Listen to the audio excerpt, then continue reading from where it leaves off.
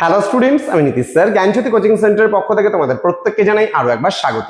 তো স্টুডেন্টস, আজকে আমি তোমাদের সঙ্গে আলোচনা করব এনইপি 4 ইয়ার আন্ডার গ্র্যাজুয়েট প্রোগ্রামের অধীনস্থ যে সমস্ত ছাত্রছাত্রীরা যারা নর্থ বেঙ্গল ইউনিভার্সিটি আন্ডারে বিভিন্ন কলেজগুলোতে পড়াশোনা করছো তাদের জন্য কিন্তু আজকের এই ক্লাসটি ভীষণ গুরুত্বপূর্ণ।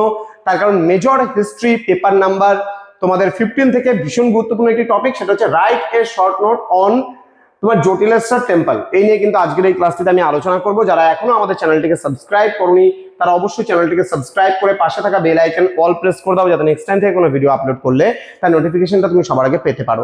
এছাড়া যারা ভাবছো যে অনলাইনে আমাদের ক্লাস জয়েন করবে, আমাদের থেকে নোটস নেবে, তারা অবশ্যই যোগাযোগ করো আমাদের অফিসিয়াল নাম্বার 6295916282 নাম্বারে, অথবা 7076398606 নাম্বারে তোমরা চাইলে সরাসরি আমাদের সঙ্গে যোগাযোগ করতে পারো। আমাদের টোটাল কোর্স ফি রয়েছে 1199 টাকা, পুরো সেমিস্টারে অল সাবজেক্টের কোর্স ফি। তো দেরি না করে আজই যোগাযোগ করো আমাদের সঙ্গে এবং যুক্ত হয়ে যাও আমাদের অনলাইন ক্লাসে। চলো শুরু করছি আজকের ক্লাসটা ডিটেইলসে।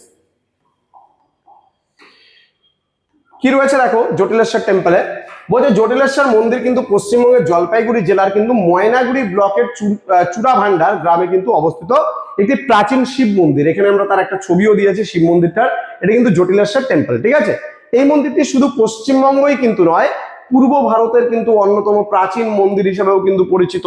তাহলে পূর্ব ভারত বলতে বিশেষ করে তুমি যদি আমাদের হচ্ছে পশ্চিমবঙ্গের একদম শেষ প্রান্তটায় চলে যাও তাহলে কিন্তু ওই জায়গাটায় কিন্তু পড়ছে, অর্থাৎ এটা কিন্তু ময়নাগুড়ি ব্লকে, জলপাইগুড়ি জেলার ময়নাগুড়ি ব্লকে তুমি পাবে এই মন্দিরটা, ঠিক আছে।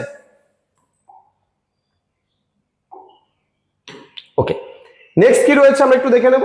নেক্সট বলছে এই মন্দিরটিকে বা কবে নির্মাণ করেছিলেন, কে বা কারা বা কবে নির্মাণ করেছিলেন তা নিয়ে কিন্তু ঐতিহাসিকদের মধ্যে অনেক মতভেদ রয়েছে। এবার গবেষণায় যেটা দেখা গেছে মন্দিরটি পাল যুগে নির্মিত হয়েছিল অনেকে বলেছেন, আবার কিছু কিংবদন্তি অনুসারে দেখা যায় যে মন্দিরটি 320 থেকে 600 খ্রিস্টাব্দের মধ্যে কিন্তু গুপ্ত রাজবংশের আমলে নির্মিত হয়েছিল। তাহলে কেউ বলছে এটা পাল আমলে নির্মিত হয়েছিল, আবার কেউ বলছে না এটা গুপ্ত যুগে নির্মিত হয়েছিল। তো মন্দিরটি বহু প্রাচীন হওয়ায় এর কিন্তু দেয়ালে অনেকবার সংস্কারের কাজ কিন্তু করা হয়েছে। সংস্কার মানে কি? পরিবর্তন, বারবার করে পরিবর্তন বা মেরামত যেটাকে আমরা বলি করা হয়েছে। ফলে এর পুরনো কারুকার্য কিছুটা কিন্তু নষ্ট হয়ে গিয়েছে। এই মন্দিরটি পুরাতত্ত্ব সর্বেক্ষণ দ্বারা সুরক্ষিত একটি স্মৃতিস্তম্ভ হিসেবে কিন্তু পরিচিত হয়ে রয়েছে।